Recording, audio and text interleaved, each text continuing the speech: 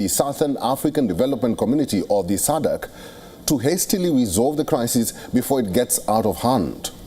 Welcome to the show.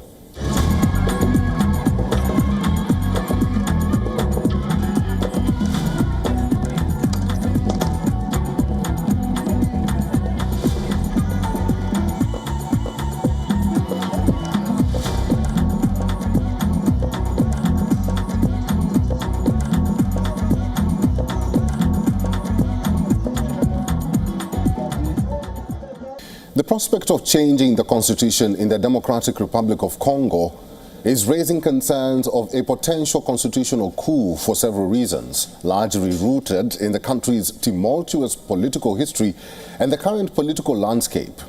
Congolese political and civil society leaders announced an alliance to rally against constitutional changes they say are meant to ensure President Felix Tshisekedi keeps power indefinitely.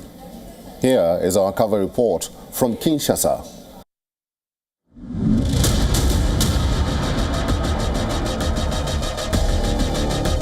The Democratic Republic of Congo is witnessing a massive political upheaval. Politics in this Central African nation is dominated by infighting. Opposition has accused presidents of the past and present of being autocratic or dictatorial. They also allege being targeted and convicted by the government of the day. The latest spanner in the works has been put by the current president, Felix Tshisekedi. His administration has proposed constitutional changes that are meant to ensure he keeps power indefinitely. Tshisekedi has sought reforming the law that limits presidential mandates to 2 terms, calling it outdated. Members of Tshisekedi's party say that the current constitution was written from a position of weakness because the country was embroiled in a war. When we talk about human rights, we're talking about rights that are essentially recognized in the constitution. And Felix Antoine Tshisekedi and his camp don't respect any rights.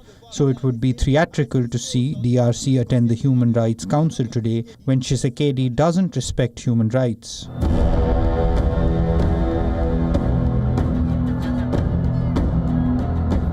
Congolese political and civil society leaders formed an alliance to rally against constitutional changes. Named National Awakening, the coalition will hold its first meeting in mid-December to pay tribute to the 2005 referendum, which gave birth to the 2006 constitution.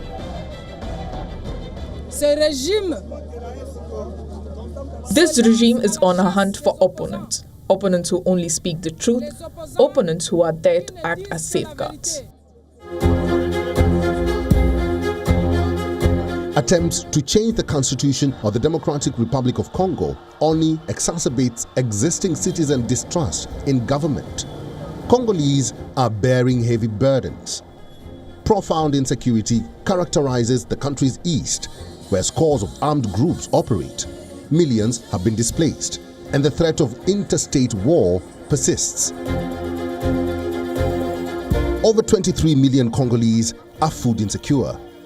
The country is the epicenter of a deadly mpox outbreak. The president of the DRC has made little progress on the most pressing issues confronting citizens since ascending to office under highly irregular circumstances in 2018. But in the wake of his re-election in the flawed elections of 2023, he has identified a new priority: changing the constitution. Tshisekedi's predecessor, Joseph Kabila, also tried to extend his time at the top, flirting with a constitutional change and ultimately opting to stay in office for 2 years past the expiration of his mandate. The fear of a constitutional coup is not unfounded in the context of African politics. Several leaders in the region have successfully extended their rule by altering or even abolishing constitutional term limits. Uganda's President Yoweri Museveni removed age limits and term limits from the constitution, allowing him to stay in power since 1986. Rwanda's President Paul Kagame amended the constitution, which could potentially allow him to stay in office until 2034. Burundi's late president Pierre Nkurunziza's decision to run for a controversial third term in 2015 led to widespread violence. If such changes are made in the DRC, it would effectively allow Tshisekedi to remain in power beyond the two-term limit, which critics argue would amount to a constitutional coup. Africa Bureau, WION, World is One. Somaliland's presidential election this year is critical and important for the breakaway region in their quest for independence. Somaliland's democracy, like all democracies, relies on giving politicians and parties the chance to win elections. It is the voters who will decide who gets to run Somaliland next. And they face a clear choice between Kulmiye and Wadani. A peaceful election would reinforce Somaliland's claim as a stable democratic entity. Here's a report.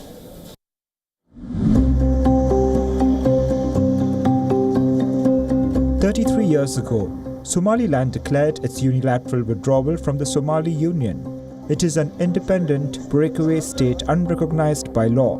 It doesn't fly a flag at the United Nations in New York. Somaliland also suffers from a lack of access to global financing and humanitarian and development aid, most of which must come via Mogadishu.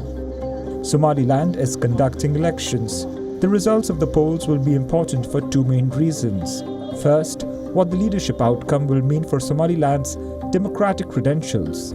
Second, it will have implications for Somaliland's push for recognition as an independent state.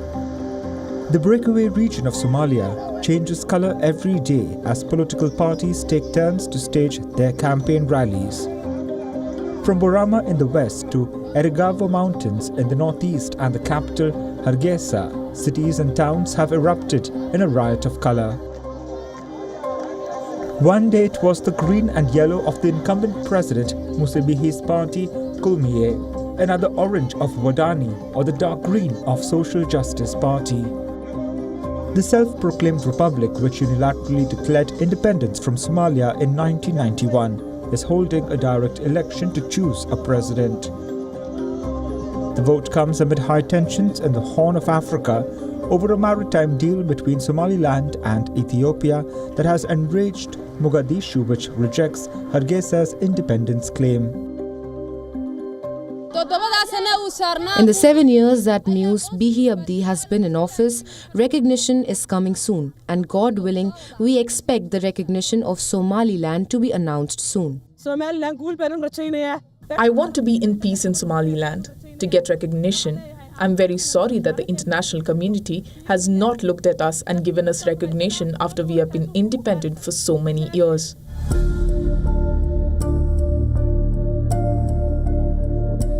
Somaliland's determination to achieve recognition was evident in January 2024, when it signed an agreement with neighboring Ethiopia. Under this deal, Ethiopia would get access to the sea via a 19-kilometer strip of coastline, possibly near the port of Berbera, and Addis Ababa would recognize Somaliland's statehood.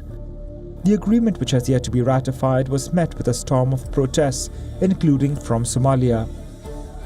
Somaliland's 2024 presidential election is a test of its democratic institutions and a critical moment in its quest for independence. Mogadishu should not expect any winds of change to blow from Hargeisa if Wadani wins. 3 generations and counting have been raised in a de facto independent Somaliland, and they remember the violent dissolution from the Somali Union. This included the bombing of Hargeisa, the destruction of Berbera port, and the displacement of thousands of people. Somalilanders largely support independence. Africa Bureau, WION, World is One. The business sector has voiced concerns over the Southern Africa Development Community's slow response to developments in Mozambique. This follows unrest which started after the governing Frelimo party won the recent elections. Mozambicans are calling for a rerun of the elections, which they have deemed fraudulent.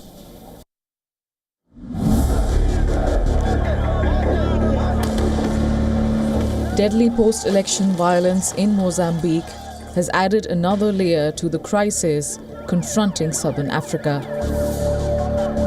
In a year, the region has also seen one of the worst droughts on record. For Mozambique, the violence and protests have been unprecedented.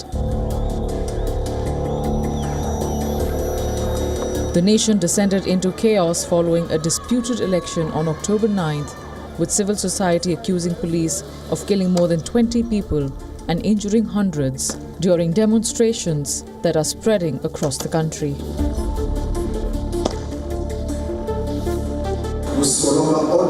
If the escalation of violence continues, there will be no alternative but to change our stance. The armed forces will have to protect the interests of the state. Our mission as a military force and the other services for those who govern the country today or for those who will govern it in the future is to protect power, to protect people, and to protect our sovereignty. Opposition leader Venancio Mondlane, who came second in the presidential election, has reportedly fled the country. Prominent members of his party were killed before election results were proclaimed. The opposition has accused the ruling Frelimo of rigging the election in favor of its presidential candidate Daniel Chapo, who was declared the winner with more than 70% of the votes by the National Mozambique Electoral Commission. Mondlane's party Podemos has called for a days-long march to culminate in the capital. Neighboring South Africa has shut its border post with Mozambique and heightened security around it. The South African Development Community has called for an extraordinary summit to address the deepening crisis in Mozambique. Zimbabwe, which chaired SADC, said regional leaders would meet in Harare between November 16th and 20th to address the issues of regional significance. The instability in Mozambique is a huge threat to the economies of neighboring landlocked countries such as Zimbabwe, Zambia, Malawi and the DRC, which rely on the country's ports for import and export. Several election observers, including the European Union, said the polls were marred by serious flaws with the electoral body accused of manipulation to keep Frelimo in power. Zimbabwean President Emerson Mnangagwa caused a stir when he congratulated Frelimo before the official results were announced. He will chair the regional body's extraordinary meeting that is expected to find a lasting solution to the crisis in Mozambique. The preliminary report of the SADC Observer Mission appeared to give Mozambique's electoral process the thumbs up, prompting scathing criticism from the opposition and the media. Africa Bureau, WION World is One. Prime Minister Narendra Modi's upcoming visit to Nigeria marks a historic moment in the relationship between the two nations. He will leave on November 16th on his way to Brazil for the G20 summit. Prime Minister Modi will spend a day in Nigeria, which is part of the global south. As the first Indian Prime Minister to visit since 2007, this visit underscores India's growing focus on deepening its strategic partnership with Nigeria, Africa's most populous nation and one of its key geopolitical players. Here's a report from Lagos.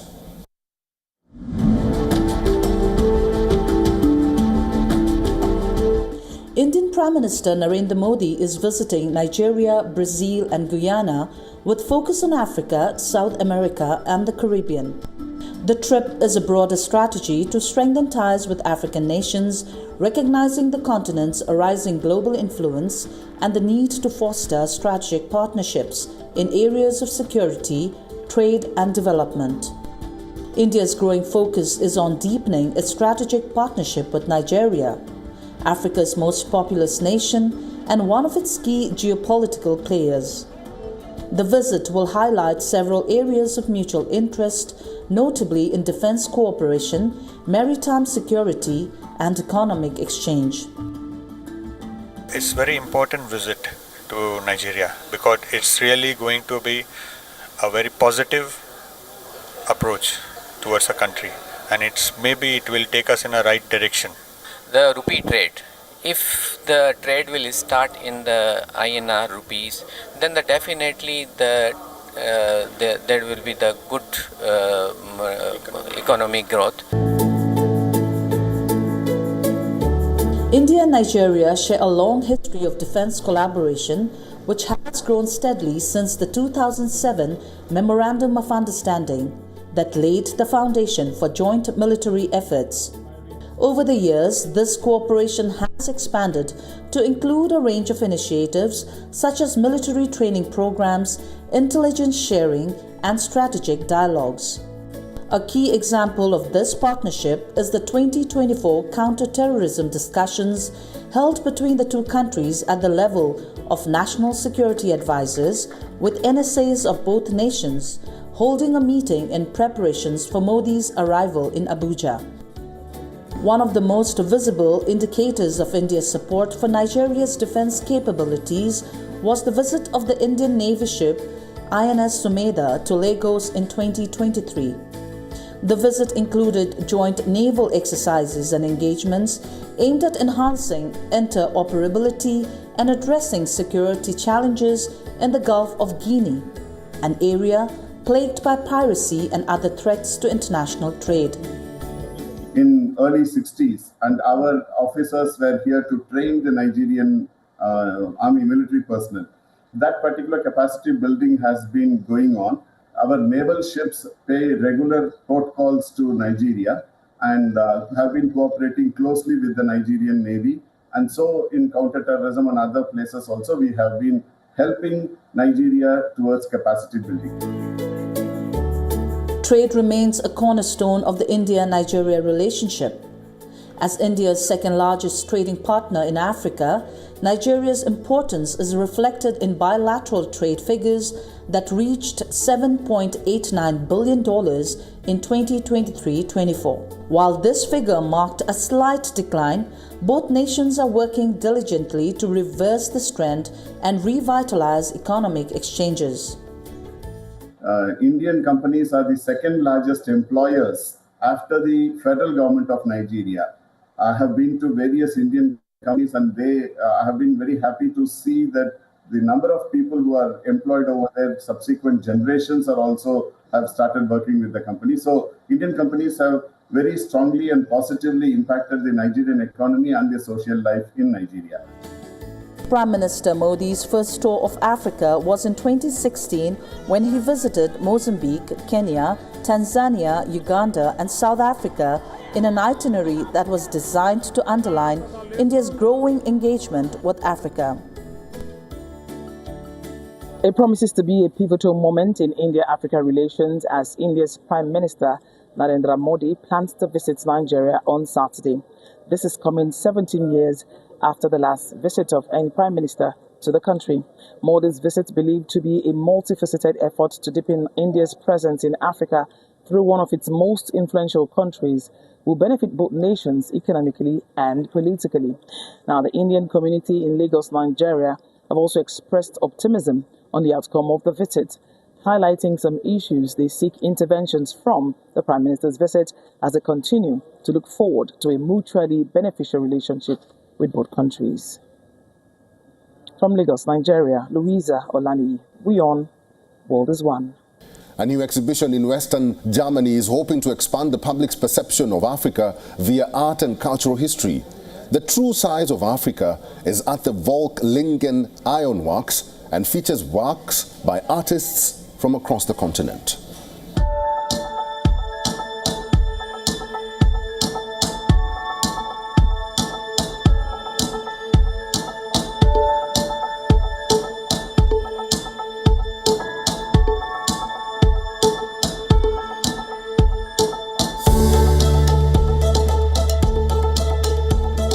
The true size of Africa is trying to change our view on Africa. This might sound a big task, but we are really taking this chance to do this by art and culture, by 26 installations of contemporary art. They worked especially for this show.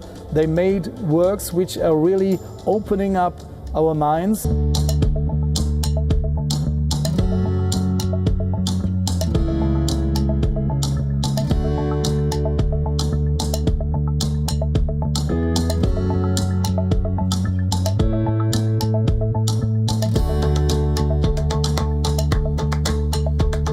We underestimate the whole role in history and the own history Africa had before colonialism. All this is part of this show, and this is what we aim to show, how big the influence was from African people. Because they were forced to leave Africa, they also spread their culture, and a lot of music and dance which we have today is rooted in Afro-global origins. So all this is kind of discussion point in this show.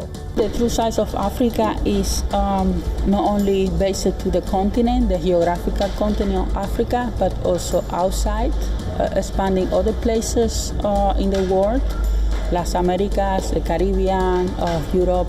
So for me, it's like a big family all over the world.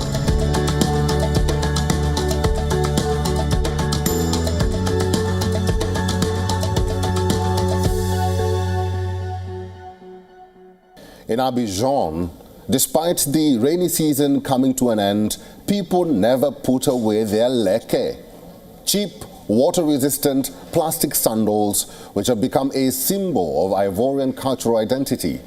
They have been sold in Ivorian markets for 30 to 40 years, and not even the worldwide success of flip-flops has usurped what has become so Ivorian. Here's a report.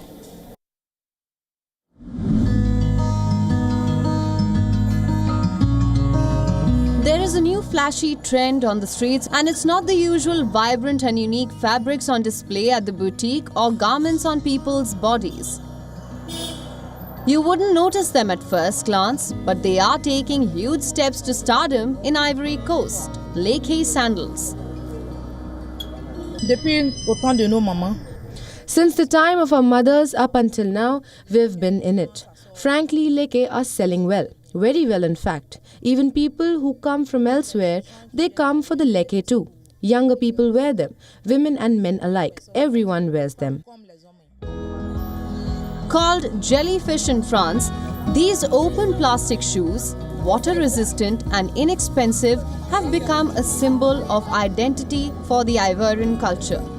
The Leke French-designed shoes born after the Second World War, part of which is made in Ivory Coast and the other imported, have been sold on Ivorian markets for 30 or 40 years, before the arrival of flip-flops in the country.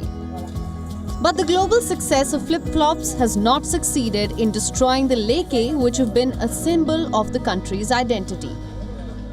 Leke is something that young people really like because they use it to play ball. They use it to walk around the neighborhoods and so on. Even for everything, he'll take them with him. So it's a pretty good thing.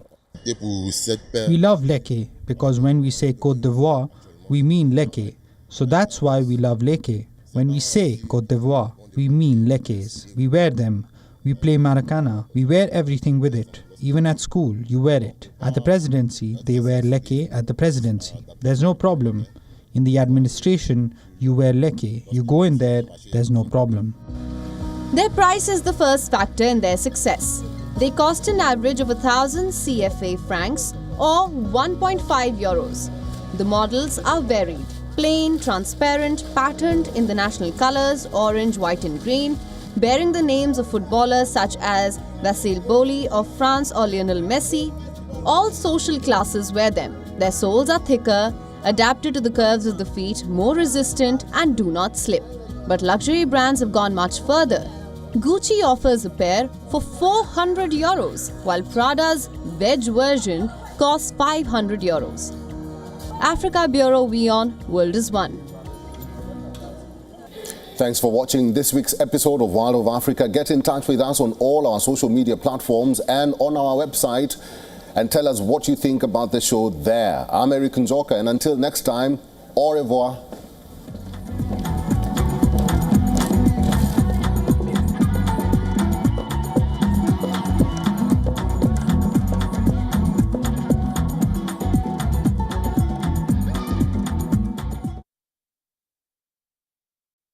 The stress of our world can take a toll on our physical and emotional health. Here, in New York's Catskill Mountains, lies a luxurious place of healing called WION Wellness Center. The WION Wellness Center provides 500,000 square feet of natural methods to manage diabetes, hypertension, chronic pain, obesity, depression, anxiety, and other conditions.